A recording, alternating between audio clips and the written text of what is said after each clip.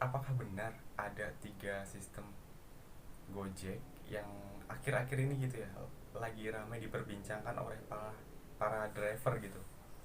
Dan di sini gue mau kupas tuntas tentang tiga sistem Gojek yang menurut kalian itu benar atau salah. Kita simak aja.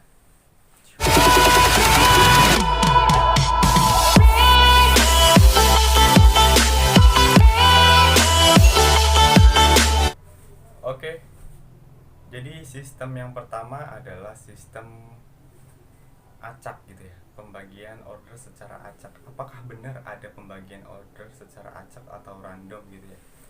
Jadi seumpama saya beri contoh, ketika kalian menunggu satu customer atau penumpang di sebuah stasiun dan jarak kalian dan si customer ini kurang lebih 100 meter ketika penumpang itu keluar dari stasiun ya. Jadi apakah ketika customer itu order ke Gojek, apakah nanti akan masuk ke kalian yang terdekat jaraknya dari penumpang tersebut? Menurut kalian bagaimana? Menurut saya tidak. Kalau sistem acak itu atau sistem random, jadi sistem Gojek itu akan memberikan kepada si driver yang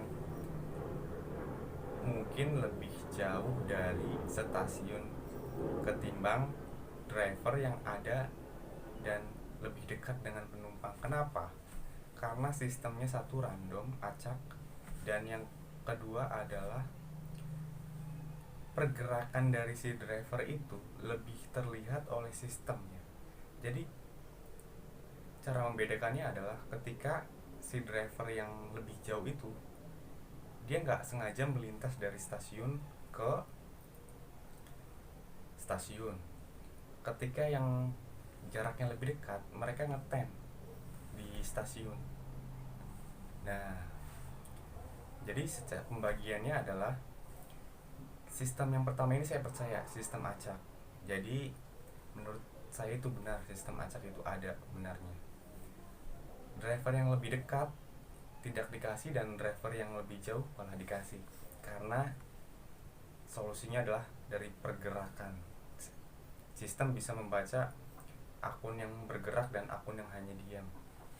Jadi itulah sistem yang pertama dari Gojek, sistem acak ya. Jadi itulah penjelasan dari sistem acak. Dan sistem Gojek yang kedua adalah ranking.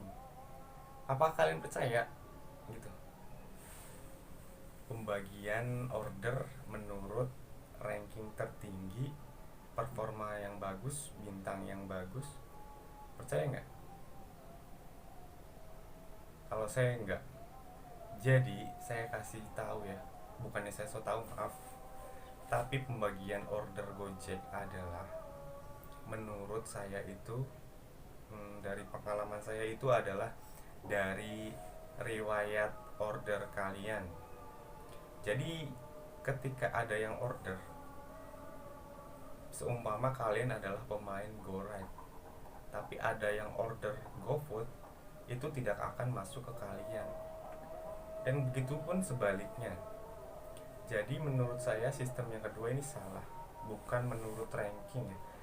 Jadi setiap driver yang aktif itu pasti nanti akan diberikan order, bukan tidak diberi. Tapi menurut saya itu lebih ke riwayat order driver tersebut ya. Jadi tidak, menurut saya tidak, sistem yang kedua ini menurut saya tidak mengaruh buat saya. Jadi sistem yang kedua adalah tetap riwayat ya. Jadi ingat, kalian suka riwayat apa ketika kalian suka mengambil food, gosen atau goret, kalian akan mendapatkan salah satunya. Jadi fokus satu tujuan aja. Kalau di Gojek sekarang itu mending fokus ke riwayat order aja. Oke. Dan sistem yang ketiga dari Gojek adalah sistem pemerataan order, pemerataan gitu ya. Saya sama sekali nggak setuju dengan sistem pemerataan ini. Jadi kalian nggak perlu risau atau khawatir gitu ya tentang sistem pemerataan ini. Sistem pemerataan ini emang benar adanya, tapi menurut saya ini nggak perlu dikhawatirin karena menurut saya ini salah. sistem pemerataan order emang benar. Ketika driver udah mau bekerja, aplikasi Gojeknya drivernya udah aktif, itu toh pasti semua driver itu diberi orderan. Namun bedanya itu ada yang gacor, ada yang nggak gacor, atau bisa dibilang anyep gitu ya. Menurut saya lebih ke penguasaan riwayat order. Apa yang dimaksud penguasaan riwayat order? Penguasaan riwayat order adalah ketika kalian mendapatkan order yang sama terus secara bersamaan, itulah sistem riwayat order. Dan ketika kalian sudah mendapatkan seumpama goret terus,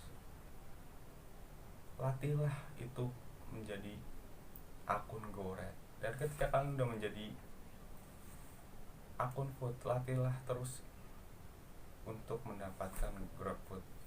Dan yang ketiga, ketika kalian sudah mendapatkan GoSend, latihlah akun kalian untuk menjadi akun GoSend. Jadi sistem, kalau kalian mau mendapatkan uang banyak atau lebih lah gitu ya, nggak perlu mikirin poin. Yang bisa mendapatkan poin adalah dari GoRed dan GoFood, hanya ini aja.